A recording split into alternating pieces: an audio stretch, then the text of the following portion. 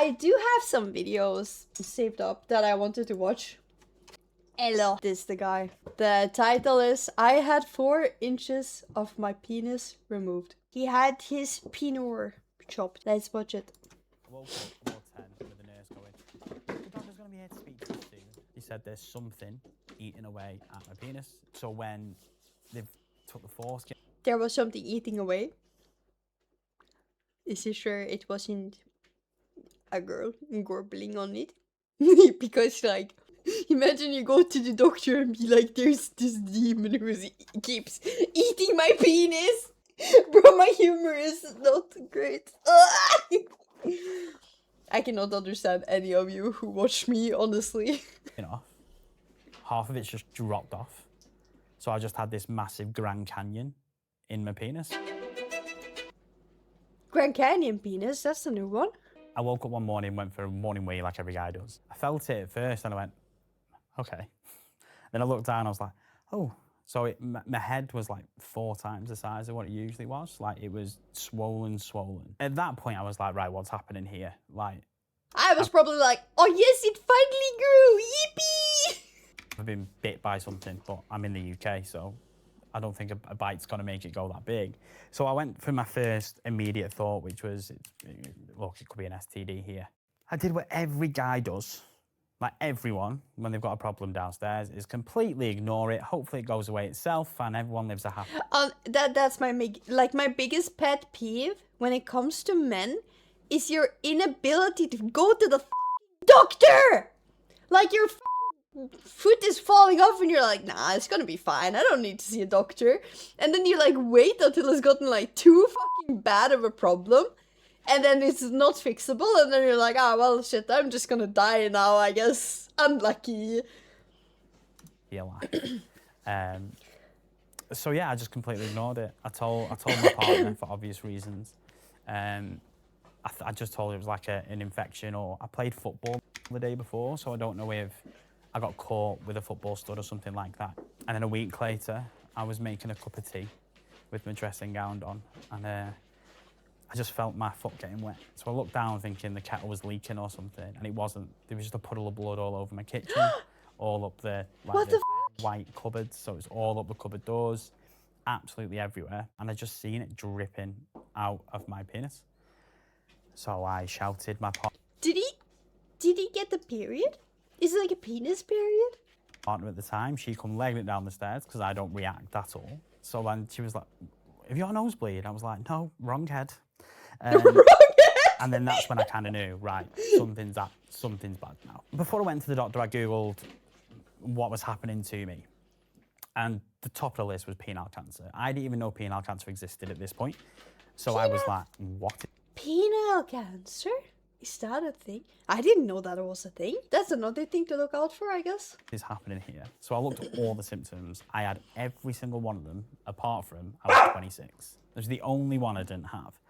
So when I sat down with the GP, he had a look, he's seen it, and then he told me it's most likely an infection called balanitis, which is a bacterial infection. Balanitis? And the way to treat that is steroid. Balanitis sounds like something that attacks the balls, not the penis, but...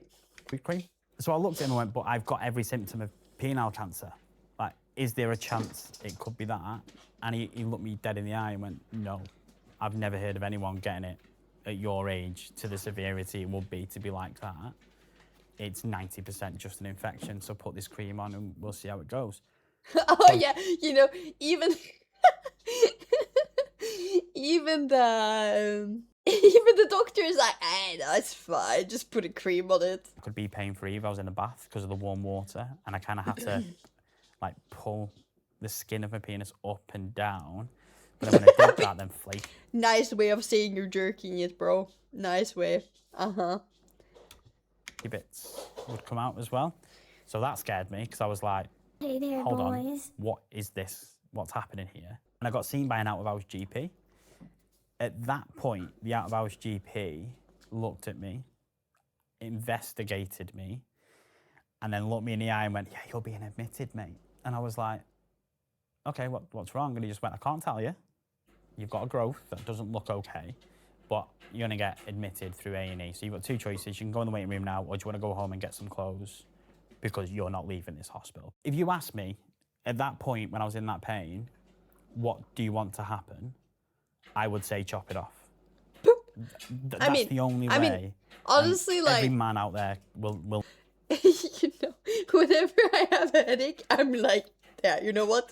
I've had enough. Chop it off. Now understand how much pain you have to be in to just ask someone to chop all your penis off. Yeah, that must have been very, very bad. I was done. And what other symptoms did you have aside from pain? So I had the swelling, I had the pain, had the bleeds. Basically what the bleeding was the cancer eating my penis. That's generally what it was. So I had the discharge I was talking about was death smell, just complete death smell, because it was death. It was the cancer eating away at the muscle. The blood was releasing the dead muscle out of my body. And yeah, this cancer was just literally eating away at my flesh live. So I was being eaten alive by this growth, and that's why the pain was so consistent. That's why everything was so aggressive. So it really annoys me how a GP can see I'm in this pain and go, infection this, mate. And it's like, okay. So, yeah, the death smell. Brother has literal cancer and the doctor's like, yeah, that's just a little infection. You'll be fine. Just put a cream on it. If I walk the street and I smell this in any way, shape and form, I would stop the guy immediately and take him to hospital myself.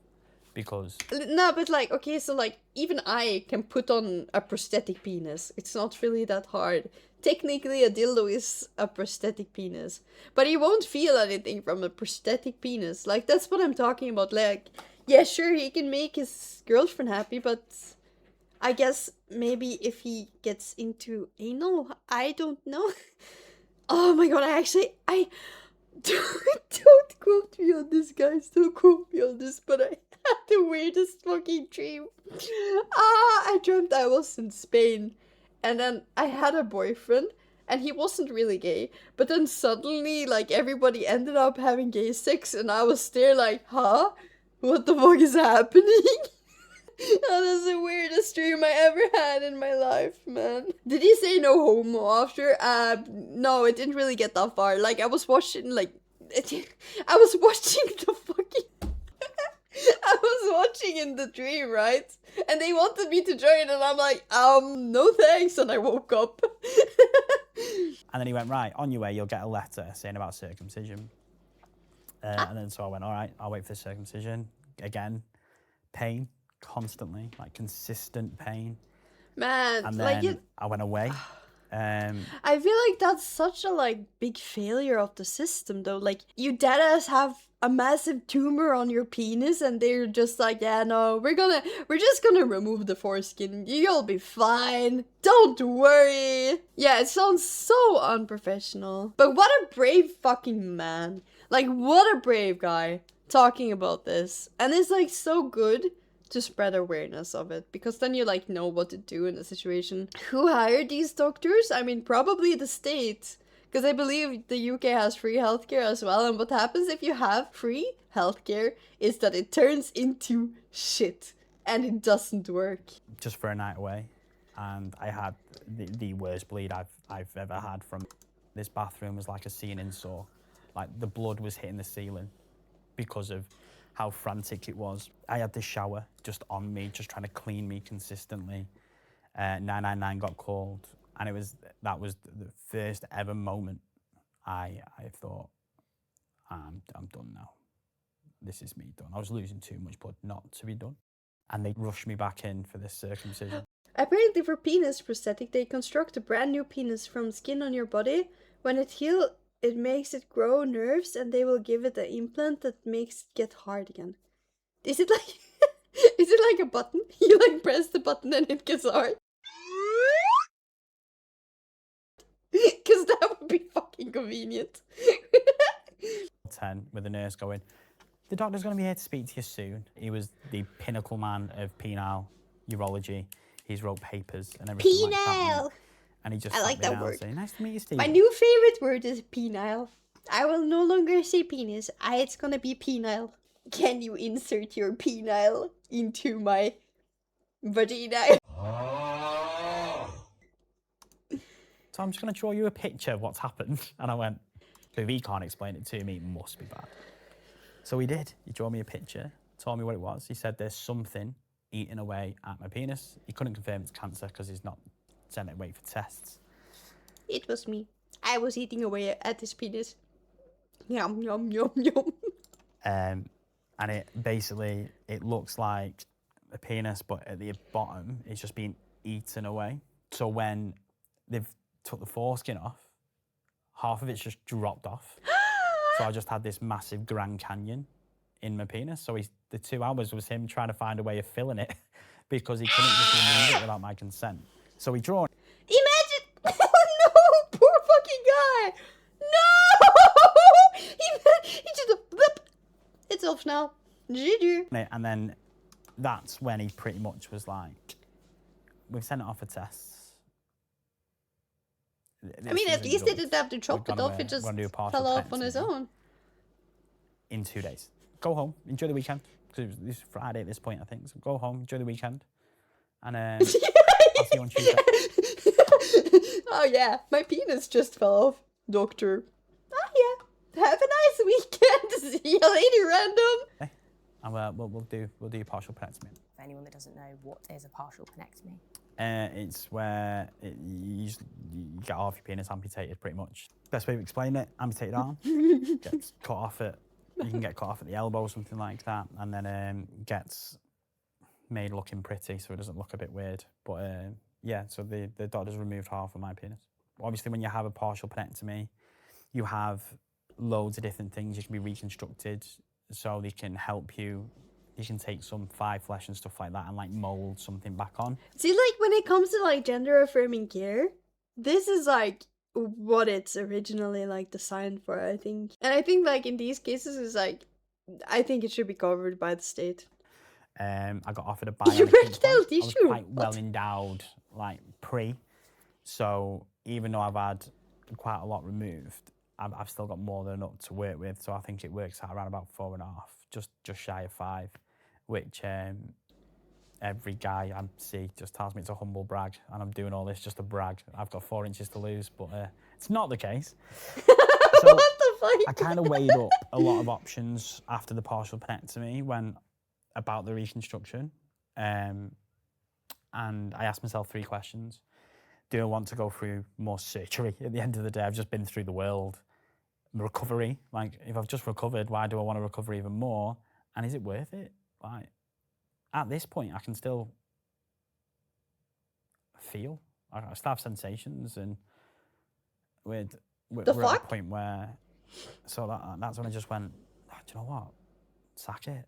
Like, it's aesthetically weird, hence my nickname, Stumpy. Like, I literally, it just does look like a tree stump. So my mates love it because that's my nickname. That's a wild thing to say. His mates love his Stumpy. What a guy! What a guy! But yeah, it's a strange one. The boys understand always. To come to terms with. But when they took it away, I was dying. So it's hard to describe being told you're not going to survive. What? Wait, huh? Because people automatically assume, right, it's the worst news you can ever hear. It's actually not. Because there's nothing you can do to change it. Because in my head, if I had the less than 12 months they said, I don't want that to be me in a hospital bed, me on the couch, me with all these things coming out of me and being... Because the memories you have is the most recent memories. And I know people say I remember the whole life, but the most memories you realise is the most recent. And I didn't want that to be everyone crying around me, or I just wanted it to be, all right, let's try and do things. Let's put on my big boy pants and let's just crack on. And that was the conscious decision I made at that point. I was upset. I wasn't married, didn't have kids. I was also 26, it's a pretty young age today. But I was okay with it because I was like, if it is my time, it's my time. It was July, like coming up to July, and we were heading to pretty much find out how many lymph nodes were diagnosed with cancer. That was the appointment I was going to. So everyone was driving there, all doom and gloom, because it was just the day we were told Ah, okay. What's next? Now What's I next get it. is Now I gonna get it. be- I was like, how did he went from like being okay to like he died, or like he was gonna die? I mean, like that was a bit wild to me. But yeah, so he basically has like cancer in the lymph nodes. You guys in chat are like smart, so you probably know this already. But yeah. The bad thing is all this could have been avoided if the doctors wouldn't be this incompetent, yeah. Blast of chemo. What are my options to prolong as much as I can? And yeah, so we sat down in the room and he turned around to me and he was laughing as he walked in the room. Hold up a minute. He was happy as Larry. And I was like, what's going on? And then he just sat me down and went, your lymph nodes are weird, mate. And I was like, what do you mean? And he went, What the fuck? The doctor's like, yeah, your lymph nodes are weird. Bro. how lymph nodes work, if they're like raised and bumpy and abnormal, it means they're cancerous, right? All of mine were like that. And he just went, it's just your lymph nodes, apparently. We've tested all of them, and all of them are cancer-free. And I was like, is he telling me I'm going to be all right? And he was like, yeah. And then, obviously, everyone's dead delighted. I just slumped in my chair and just stared. Everything was dead well, fuck, I'm not gonna die after all. Shit. white in the room as well. And I just stared at the back of his computer screen. And everyone thought I was being quiet just because I've just been told this amazing news. No, I was being quiet because I had no idea what to do anymore. I now have to live with having half a penis. I now have to live with telling people these stories. I now have to live with dating again. Like, granted, I had a partner, but you never know what's going to happen. No. Wait. Oh, okay. So he had a partner and she did stay.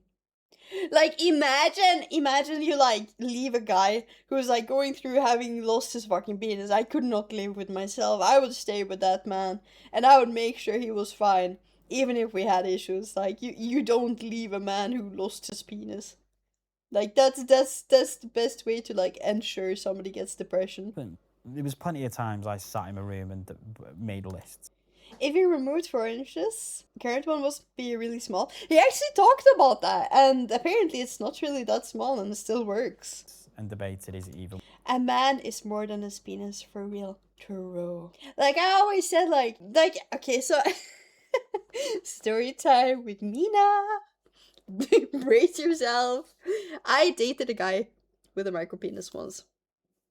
It wasn't that bad. I did have to pretend I felt anything, but other than that, it was like, I mean, as long as you like make sure that I feel comfortable and I get to enjoy myself too, I don't fucking mind. You can use a dildo on me, but don't like some guys will like be like they won't be comfortable with like using toys on their woman, like to like help them, because like I don't know, I guess they're like, is my penis not good enough for you? Like I've been with guys who have been like that. The dick doesn't vibrate and move. I mean you can put a cock ring on it and make it vibrate. It's fine. Like there are ways. But now the point is that you can, like, when it comes to women, they're not really that hard to satisfy even if you have a micro penis. Like just get some nice toys. Use your fingers, use your mouth. Like it's gonna be fine. Yeah, but adding toys is a whole thing for some. Toys will always outclass any PP. I mean, I don't think so. For me, like, it's a lot more intimate and a lot more nice in every single way to actually have sex. Like, I will pick even a micro penis over a dildo any day. Yeah. Like, for me, sex isn't necessarily about the pleasure, it's about being intimate with a partner. But yeah, I think intimacy is very important. Worth doing this anymore. Lucky enough, I always come to the terms with, I've just beat cancer. If I commit suicide now, it's going to do more of a negative than it is a positive. Yeah. No, he was thinking about that. Honestly, that's really wild to me, though. This went dark really fast, and it didn't went dark where I thought it was gonna go dark. Like, he beat the cancer, and he was okay with his peener, but then he wanted... Ah, man, poor guy. Must have been, like, really, really rough to go through. It's a dark place. And I guess now 7 years on, like how have you gone from that dark place to where you are now? What's your journey and recovery been like from that point? Learn yourself. You have to learn your body again to trust yourself, I think. I'll be honest, it was in relationships and stuff. It was probably only recently I would say I've turned the corner. Look, the NHS don't give you a leaflet how to tell someone you've got half a penis. Like, What the fuck? Nothing's right. Because let's be honest, let's put it in perspective. And this is what I talk about a lot. I could tell him straight away, very presumptuous, isn't it? Hi, I'm Stephen. By the way, I've got half a cock. Why would I want to need to know that in the first conversation?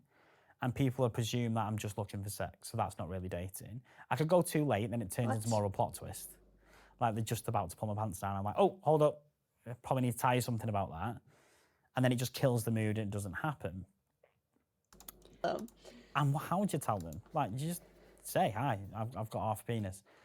Or do you go around the cancer journey? Because if you say, look, I've lost half a penis to cancer, then the conversation goes a lot more deeper than where you probably want to be on a second date, right? So it's literally a minefield. I'll be honest, I've told people and I've been ghosted. People have just not replied. But if the person ghosts you over you telling something intimate about yourself, that person is a piece of shit and you wouldn't want to be with them anyways. I've told people and they've gone too eager. That's kind of made me go, I'm okay, you know, I'm gonna go this way. It's a fetish, isn't it? Being an amputee is a fetish for it. And I have literally got the Michael Jordan, LeBron James of amputees in the sex world, right? My anatomy is cutting off. Like, it's the peak. I've been offered life-changing money. What the fuck? It's the peak of the amputee fetish. Cut off penis. Oh my god. To sleep with people. Like, I'm talking top 10% OnlyFans creators. Some have reached. Oh yeah, maybe he has like a career in OnlyFans. Like, I'm Stubby Steve. Subscribe to Stubby Steve on OnlyFans. Out and offered me a lot of money. I've been offered to go into the porn industry for that kind of thing because I'm one of one. But then I've told people but that's that like, I just honestly, that's fucking disgusting. Okay, I said that we don't do kink shaming, but I think amputee fetish is not it. It's not it, man. laughed about it or I've made a joke, and I think that's what I'm like, oh yes, I like that. Why have you started to speak out about your experience, and why do you feel it's important to raise awareness about penile cancer? So there's a stat I found out, which was any 10 people, 8 people didn't know penile cancer existed. Every man knows their penis very well. Like, if a man told me they don't know every vein in their penis, I'd be heavily surprised. So if anything is a bit wrong, they're gonna know, and don't ignore it. That's the biggest thing I can say. Don't ignore it, because it starts off as like a red spot. It can be. And that's when it elevates and grows.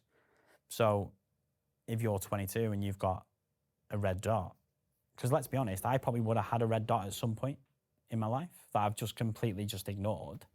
Yeah. And then it's got to the point it's turned into that growth. If you get to the growth where I was at, then you need to be quick, because I think it worked out from the growth starting and a month is the difference between having just a little tiny skin graft and having a glanzectomy, and then death after that. And you bravely shared your story with us, and also do it with a sense of humour, and it feels like that's quite an important part of your journey. You can go through as much trauma as you can, and you can be in some really dark places. If you find a little part of that you can have a laugh about, or you can joke about, you're on to a winner. Life's tough. Yes. Life is always going to be tough. Man, I love this guy. He has such a strong mentality and he's such an amazing person.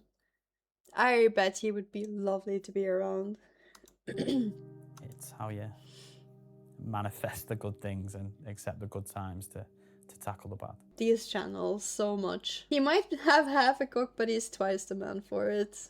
Yeah. I really, really do love people who are able to actually share stuff like that. And yeah, it's very inspiring. It is really, really inspiring. Because he does it to help others. And he's very humble about it too. Thank you all so much for watching. I hope you liked the video. If you did, be sure to leave it a like and subscribe to my YouTube. You can also find me on all my other socials. They will be linked in the description. I hope you all have an amazing day, and I will see you guys in the next video. Bye!